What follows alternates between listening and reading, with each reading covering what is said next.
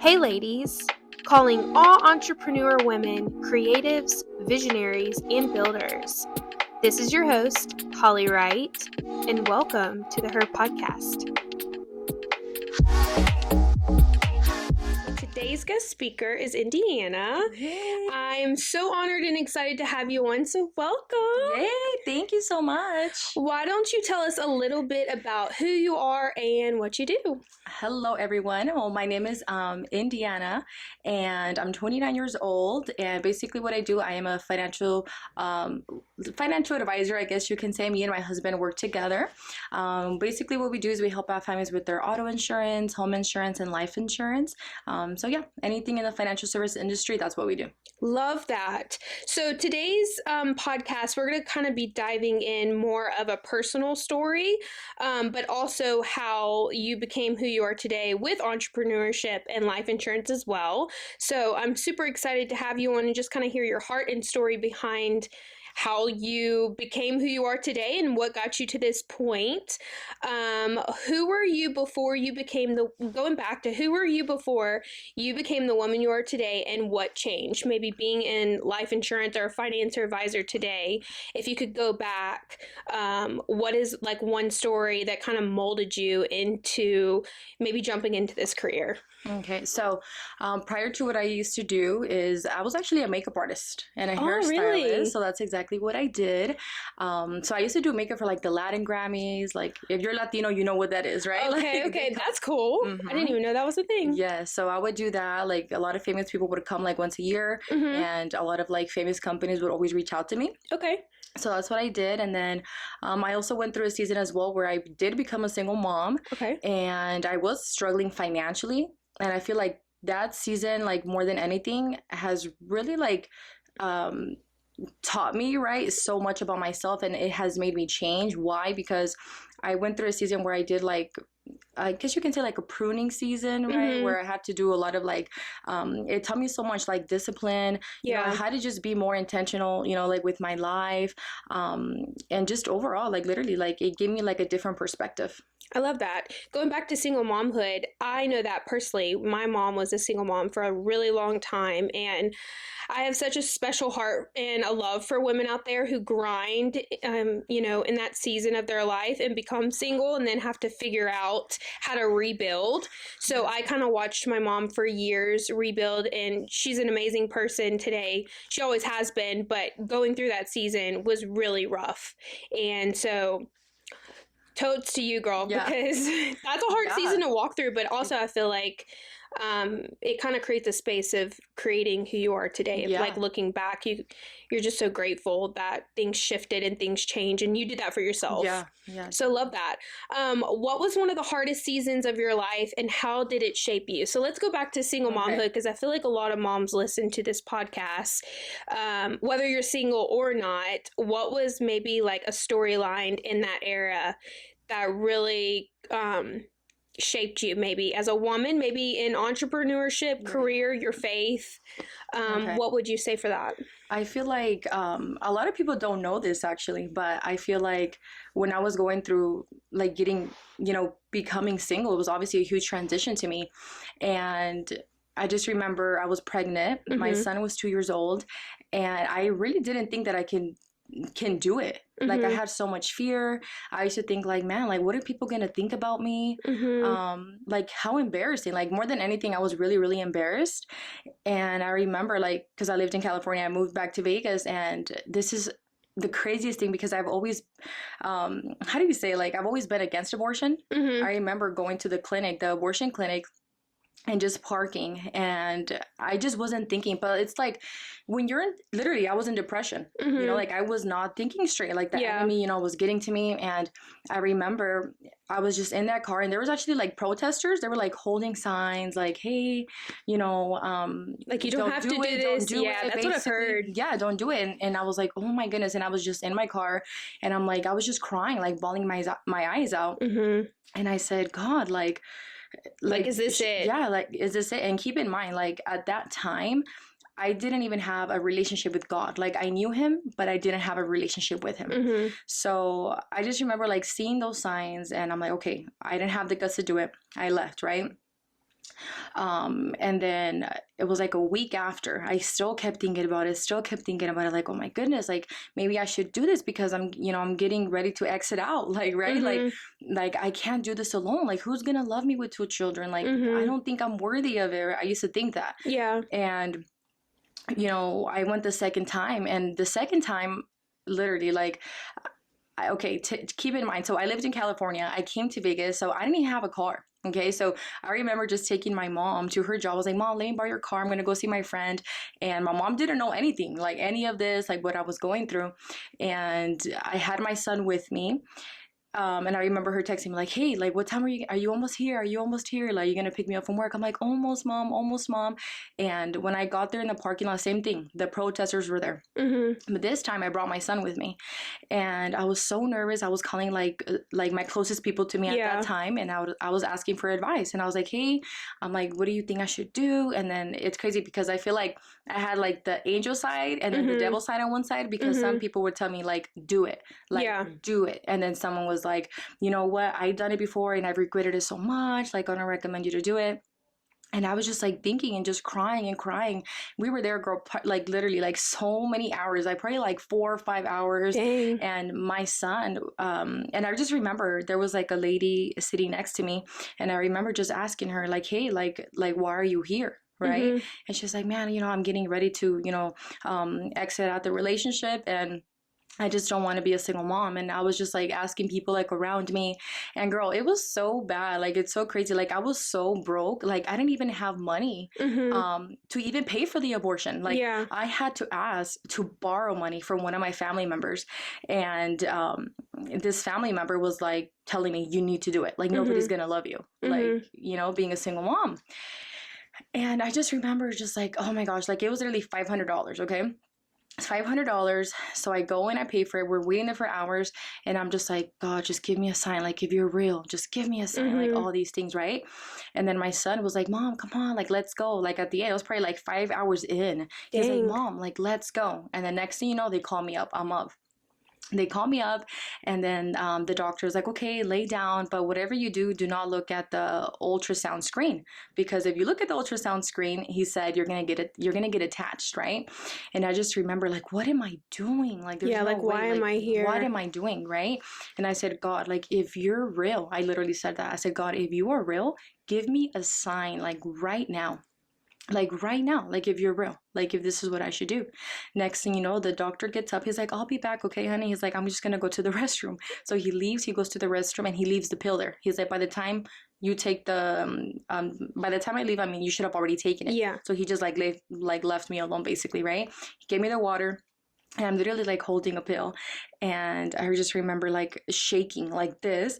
And Mhm. I'm like, should I do it? Should I not? And at this time, I'm like, "God, okay, give me a sign." And then my son grabs me, and he says, "Vámonos, mami, vámonos," which means like, "Let's go, Let's mom, go. let's Yeah. go." And I said, "God, that's all the sign that I needed. That's it." And I literally left the pill, and I said, "God, I'm not gonna do this. I'm not gonna do this." But I'm like, "If you are real," I remember saying, I'm like, "just give me a girl. All I ever wanted is a Mhm. girl." I'm like, "If you're real, give me a girl." Mhm. I went back. I left. Didn't even see the doctor. I left the pill there. I Mhm. went back to the what is it, the register, Yeah. right? Yeah. Yeah, Like the and front yeah, lobby the area. front Yeah. lobby. Yeah. And then I said, I'm like, "Hey, can I get a refund?" And then they were like, "Well, we already did the ultrasound on you. We can only give you 450 back." So they kept $50. Yeah. And then yeah, and then You're ever like, since I'll then, take it. yeah, literally. And then long story short, I was just Yeah.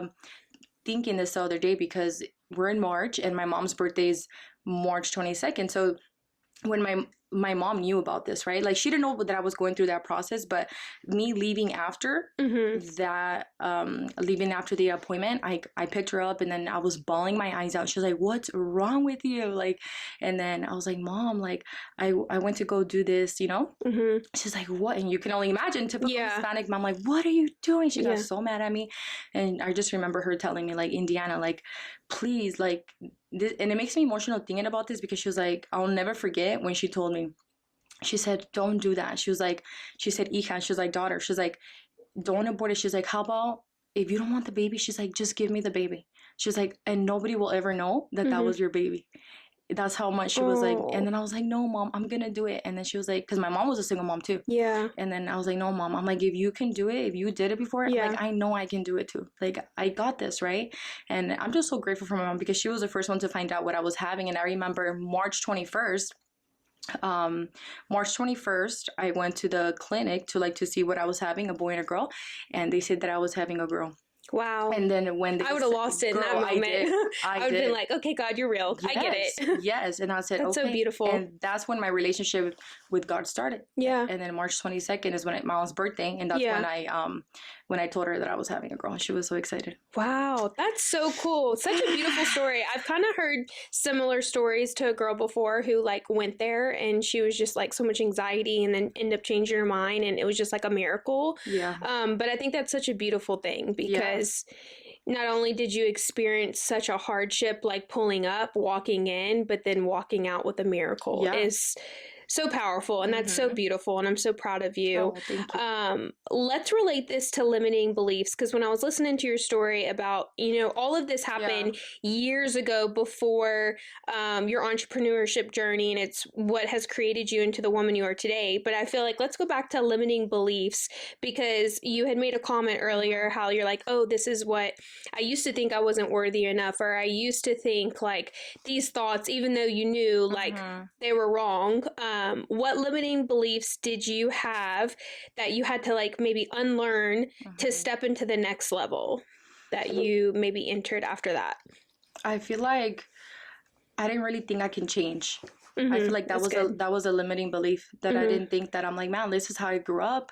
And I feel like we This hear is all that, I yeah, know. this is all I know. These are the habits. This is the culture. This is Yeah. everything, you know? Yeah. Um, so learning to unlearn is not easy. It's hmm definitely hard, you know, but just knowing that at any given moment that I am able to like reinvent myself, that I hmm was able to, just change, right? That I always say like, man, we're not trees, like Yeah. God made us human. At any given moment you can change. You don't, That's so true. you don't have to stay stuck forever. hmm Like if you stay stuck forever, like that's on you now, Yeah. right? Like that's really up to That's you. something you're choosing to walk Yeah. in. And I feel like Mm-hmm. I like that analogy you used too, because I feel like when it comes to limiting beliefs, I feel like you had made a comment about like, you can change, Yeah. but going back to like culture or what was taught to you or what's the normal, Right. it also shifts and relates to like breaking generational curses. 100%. Because Yeah. growing up in the South, I grew up a certain kind of way. Everybody does the same Yeah. thing,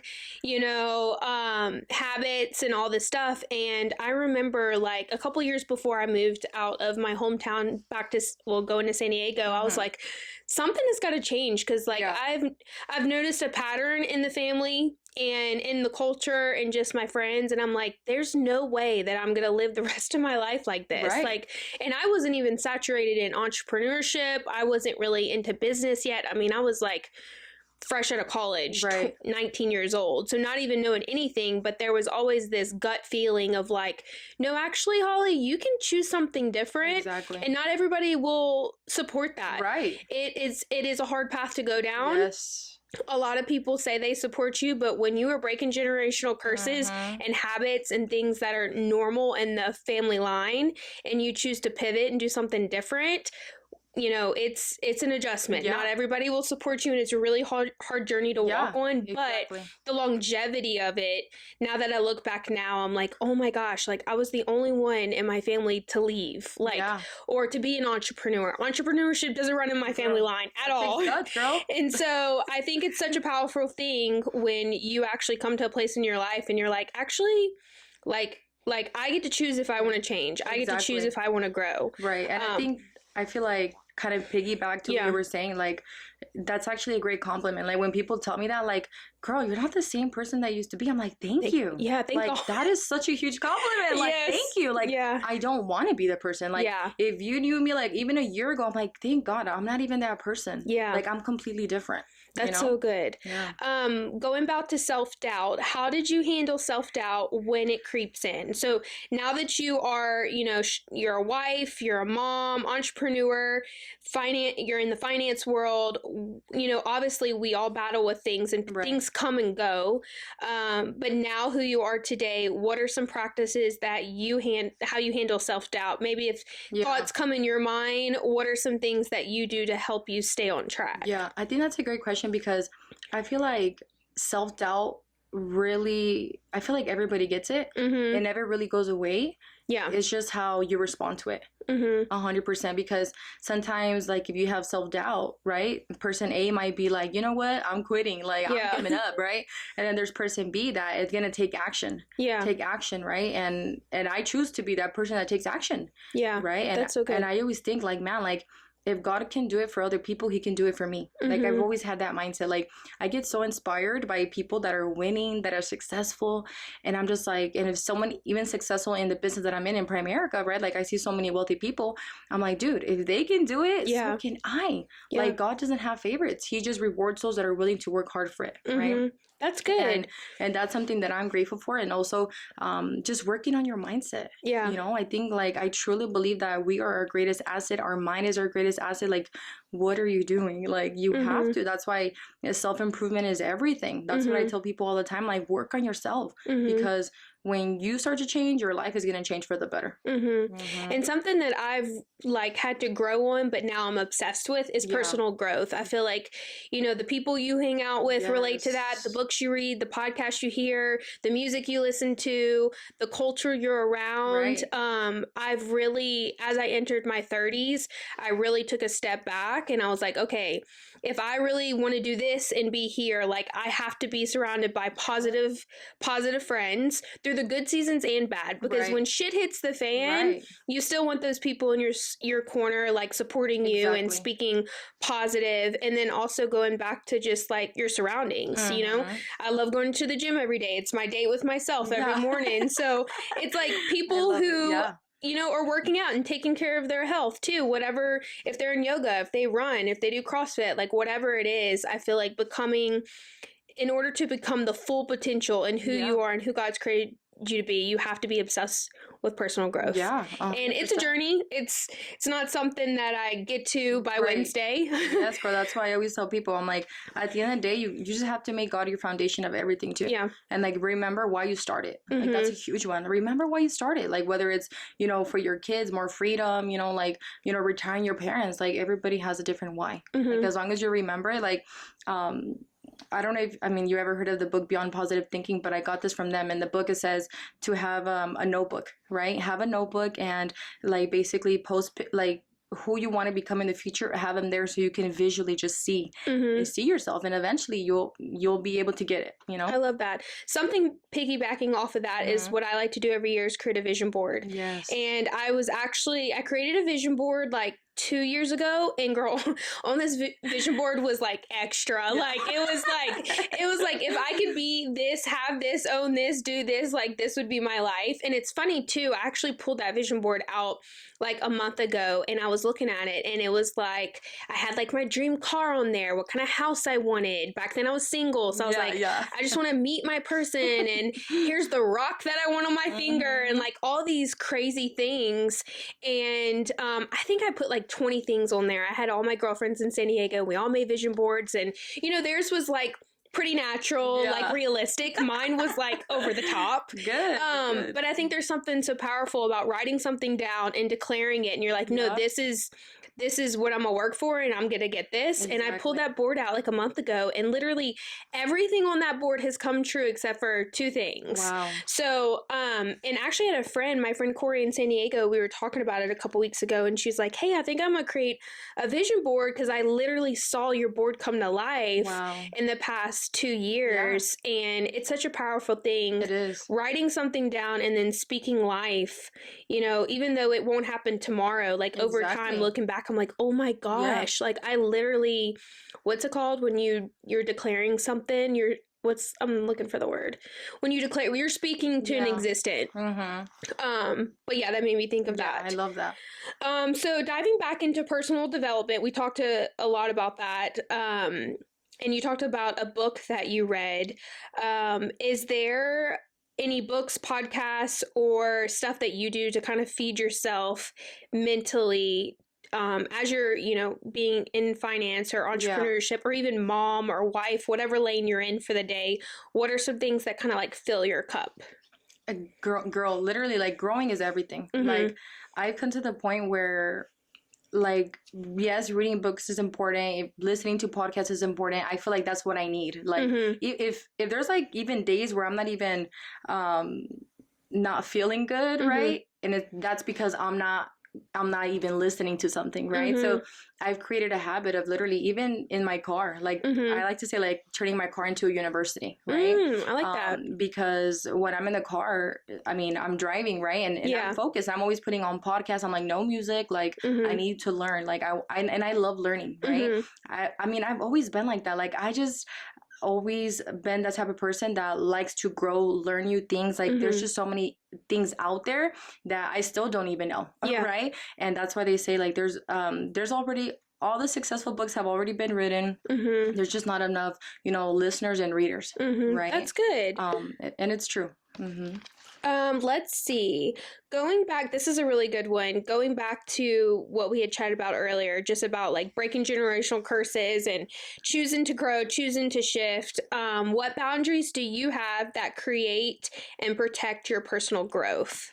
That's a good question. So This could probably relate to like friendships, because I feel yeah, like friendships maybe could pivot. that's so true. It's crazy because, like, all my friends from, like, even high school, like, we're not even like friends anymore. Oh, yeah. And I that feel that. happens. And it happens, Yeah. And sometimes, like, I mean, I used to get sad about it, but then I learned to accept that that was just a chapter in a season in my life. Yeah. And I'm so grateful for the friends that I have now. Mm-hmm. Like, only God knows what he does. But I think, like, the most challenging thing for me too, especially being in business too, is learning how to say no to people. Because I feel like it's a lot of distractions, right?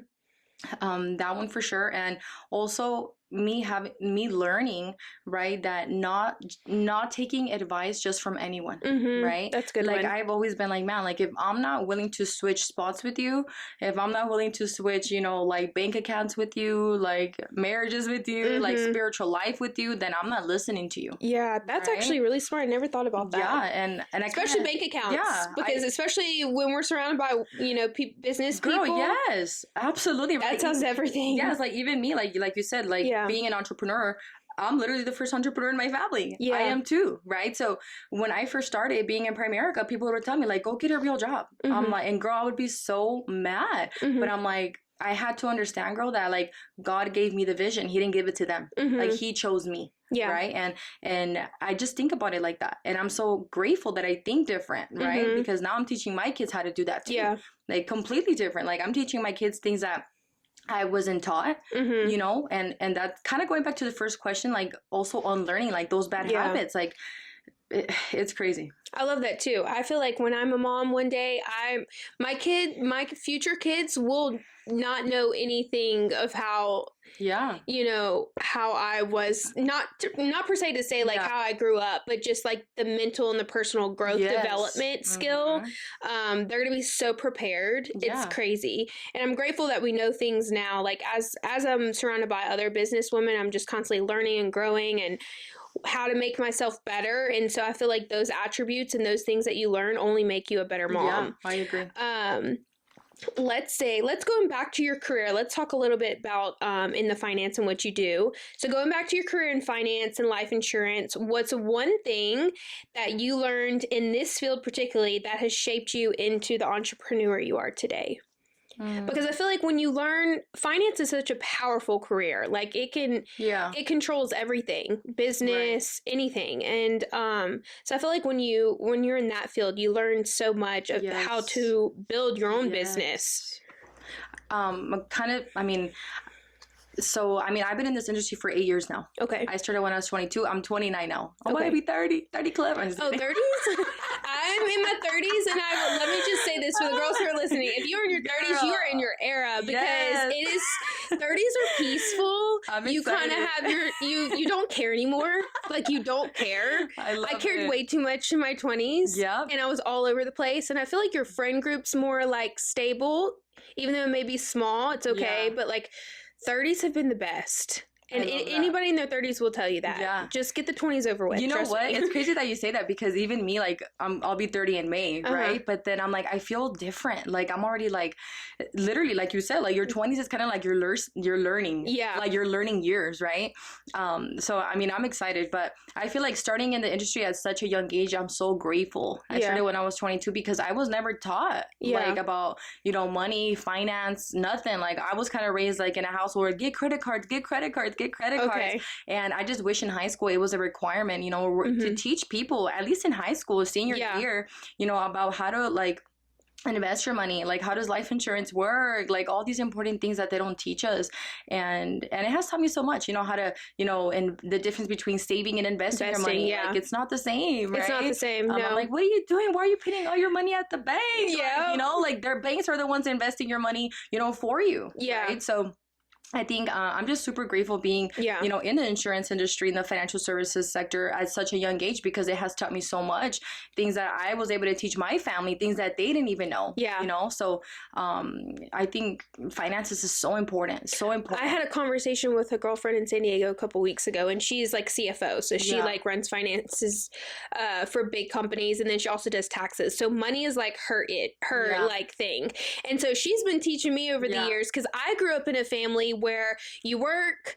You live paycheck to paycheck, and that's just kind of it. Or you get credit cards, or you save, and it's Right. like if you had savings, like you're good in life. I wasn't taught, investing, 401k, stock market, Right. like moving money around. Right. Like, so she has really helped me over the years because I'm thinking as an entrepreneur, Yeah. you're totally on your own. Yeah. And so I'm like, I do well with savings, but I need to learn how to move money, how to grow money. Exactly.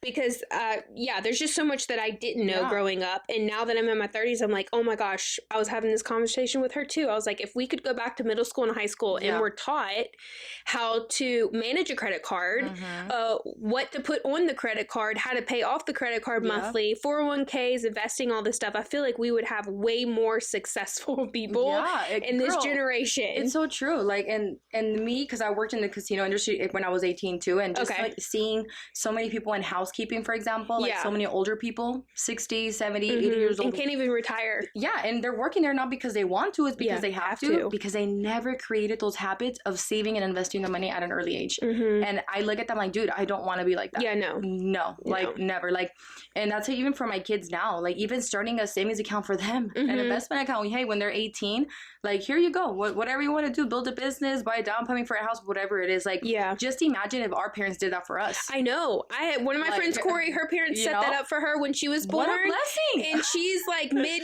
to late 20s, and she's like, oh yeah, I got the car, the house, like all these Wow. things. And I'm like, oh my gosh. Like, I'm like, when I have kids, you are getting a bank account, like Girl. a savings, Yes, and all that stuff, and invest, because it's so wise. Yeah. I feel like with our generation where we are today, there's such a norm for poverty mindset.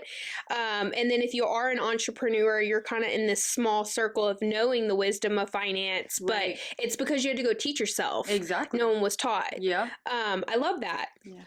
So I guess my last question for you today as we wrap up, if the women who are listening feel stuck or maybe are behind in life, this is where your story is super powerful and can relate, what would you tell her heart to heart if you were sitting with her in a room? I would say for sure, like, make God the foundation of your life, like key to everything. Because I know when I put God first in my life, everything just got better. Love that. And second, I would say working on yourself, your mindset, your thinking, right? That's so important. Like, I can't stress that enough. Like, literally, I feel like even entrepreneurship, I mean, I'm sure you can agree with this. It's all mindset. Yep. It's literally all mindset, right? So I think like I said, like, you need to be so obsessed with, working on yourself, Like, also, who are you listening to? Like, who are you letting, pour into you? who are you letting pour into you? That's why it's so important to have a mentorship, right? Mm-hmm. Kind of going back to like whatever it is, like whatever you're struggling with, like just know that that's not how your life is going to be for the rest of your life. It's just a chapter, it's just a season in your life. Mm-hmm. And you have to really ask yourself, like, what are you willing to do about it? Mm-hmm. Right? Like, are you just gonna just stay there, just Yeah. whining, complaining, or are you gonna move and be like, okay, no, like, I'm so tired of being whatever, broke, busted, and disgusted. Like, let me do something different. Like, Mm-hmm. what can I do about it? Like, Yeah. create that mentality of being solution oriented, if That's that good. makes sense, Yeah. you know.